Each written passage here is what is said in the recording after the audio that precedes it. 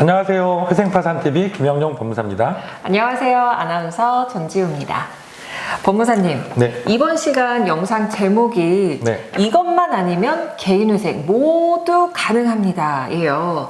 개인회생을 고민하시면 누구나 다 제일 먼저 고민하시는 게 나도 과연 가능할까? 이걸 거예요. 물론 그 이후에 구체적으로 변제금이 얼마나 나올까? 이게 더 궁금하실 수도 있는데 우선은 가능해야 되잖아요. 네. 근데 이 조건은 상당히 간단합니다.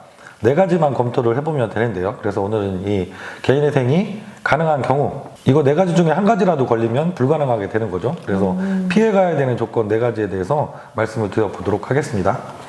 그럼 여기에 해당이 되고 네. 개인회생 신청이 불가능한 네 가지 하나하나 좀 알아보면 좋을 것 같은데요. 네네네. 첫 번째, 개인회생이 신청이 안 되는 경우 뭘까요? 첫 번째는 정말 간단한 조건이에요.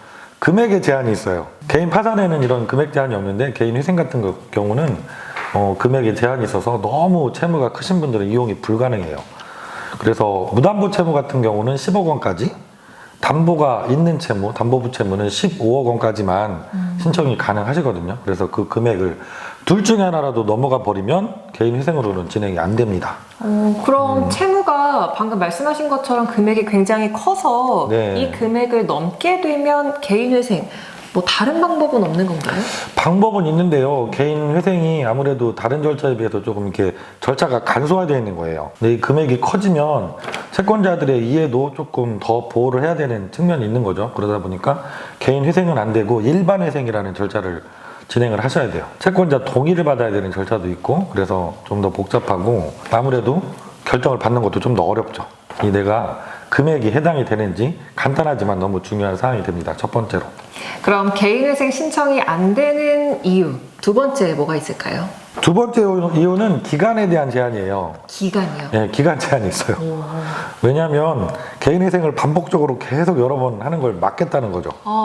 네. 그래야겠네요. 개인회생을 신청하셔서 인가결정을 받고 돈을 잘 내셔서 면책까지 받으신 분은 면책 결정이 확정되고 나면 다시 5년이 지나야만 재신청을 하실 수가 있어요. 그래서 내가 개인회생 결정 받고 인가결정 받는 게 이제 기간이 변제기간이 3년에서 5년까지잖아요. 근데 일반적으로 3년이시니까 그 돈 내는 기간까지 생각하면 신청을 한 번 하면 8년 정도 지나야지 다시 재신청이 가능하다 이렇게 생각을 하시면 될 것 같습니다. 그거는 이제 개인 파산으로 면책을 받은 분도 똑같아요. 개인 파산으로 면책 받은 분도 면책 확정일로부터 5년이 지나야만 개인회생을 다시 신청하실 수가 있습니다. 그럼 개인회생 신청이 안 되는 이유 세 번째 뭐가 있을까요? 개인회생과 개인 파산의 구별점이기도 한데요. 네. 개인회생은 내가 앞으로 일을 해서 돈을 벌어서 그 내가 번 돈으로 일정 금액을 변제하겠다는 제도거든요. 그렇죠. 그러다 보니까 가용소득이라고 하는 소득이 있어야 됩니다. 가용소득은 내가 생계비에 쓸 수 있는 돈보다 많은 소득을 말해요. 그래서 이 소득이 있는 분들만 개인회생을 신청할 수가 있어요. 물론 이 소득은 뭐 내가 정규직 직장이 아니더라도 뭐 일용직이라든가 아르바이트를 하셔도 가능하고요. 정년퇴임을 하셔서 연금을 받고 계시는 분들 연금 소득도 가능하세요. 취업을 내가 지금 현재는 못해서 무직이시라고 하면 취업을 바로 직장을 구해서 그날부터도 신청은 가능하세요. 재직증명서 그리고 근로계약서만 있어도 바로 신청은 가능하십니다. 소득이 있어야 된다는 요건은 있고 그게 이제 현재 당장 내가 그 요건이 충족이 안 되시는 분이더라도 직장을 구직해서 바로도 가능하시니까 이 부분도 상담을 받아보시면 대부분의 분들이 해결은 되세요. 근데 내가 정말로 직장을 구할 수 없는 분이라고 하면 오히려 개인 파산 쪽으로 고민해 보시는 것도 좋은 방법이 될 수가 있습니다. 자, 그럼 마지막인가요? 개인회생 신청이 안 되는 이유 네 번째 뭐가 있을까요?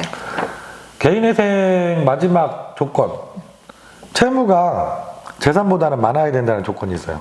그렇겠죠. 재산이 있으면 갚아야죠. 그죠? 너무 어떻게 보면 너무 당연한 조건이죠. 네. 재산이 많은 분이라고 하면 그 재산을 정리해서 빚을 다 갚을 수 있는 분이라고 하면 굳이 국가에서 이 제도를 통해서 빚을 탕감해 줄 필요가 없겠죠. 근데 이게 이 재산에 속하는 것이 단순히 우리가 알고 있는 부동산, 자동차 이런 것만 또 속하는 게 아니에요. 그럼 뭐가 있을까요? 다른 게 문제가 항상 되는 것이 법원에서 재산이 아닌데도 불구하고 재산으로 잡으라고 해서 이 원칙을 적용하시는 부분들이 있거든요. 저희가 뭐 도박이나 예. 이런 걸로 썼던 돈 그렇죠, 이런 것도 그렇죠. 맞아요. 맞나요? 네.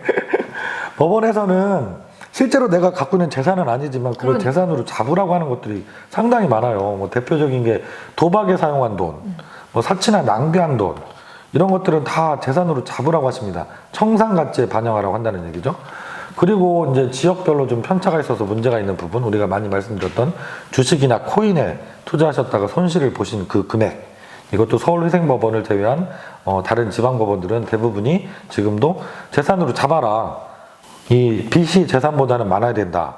이 조건에 걸리시는 경우들도 생기세요. 그렇겠네요. 그래서 예, 사전에 이 부분은 그래서 눈에 띄는 재산 이외에 통장 내역도 다 검토를 받아보시고 눈에 띄는 재산 이외에 법원에서 추가로 재산으로 잡으라고 할 수 있는 부분이 얼마나 되는지 이것까지 상담을 꼼꼼하게 받아보시는 게 아주 중요합니다. 네, 오늘은 간단하지만 굉장히 중요한 기본을 좀 이야기를 네. 해봤습니다. 네. 이것만 아니면 개인회생 신청이 가능하다인데요. 여러분들 꼭 기억하셨다가 여러분께 도움이 되는 정보가 되기를 바라겠습니다. 저희는 다음 시간에 또 다른 영상에서 좋은 정보 또 드리도록 할게요. 시청해주셔서 고맙습니다. 감사합니다.